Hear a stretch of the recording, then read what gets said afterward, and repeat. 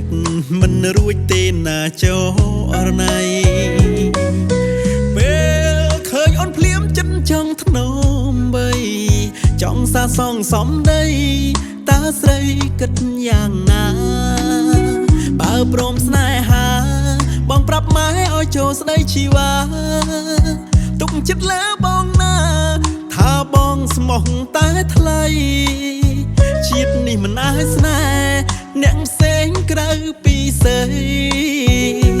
ក្រៅពីអូនបងមើលអ្នកផ្សេងលែងចូលភ្នែកចិត្តចង់ក្បែរអូនបងចង់រួមដំណេកពេលភ្ញាំងពីដេកមានអូនក្រសោបក្បែរដៃ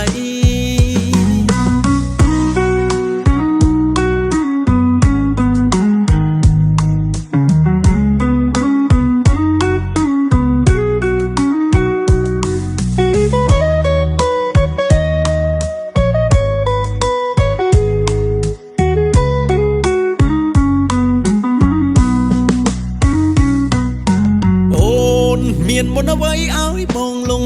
ស្នេហ៍ដកចិត្តមិនរួចទេណាចោរណៃពេលឃើញអូនភ្លាមចិត្តចង់ធ្នមបីចង់សាសងសំដីតើស្រីគិតយ៉ាងណាបើព្រមស្នេហាបងប្រាប់ម៉ែឲ្យចូលស្ដីជីវ៉ាទុកចិត្តលើបងណាថាបងស្មោះតែថ្លៃជាតិនេះមិនអាចស្នេហ៍អ្នកផ្សេងក្រៅពីស្រីក្រៅពីអូនបងមើលអ្នកផ្សេងលែងចូលភ្នែកចិត្តចង់ក្បែរអូនបងចង់រួមដំណេ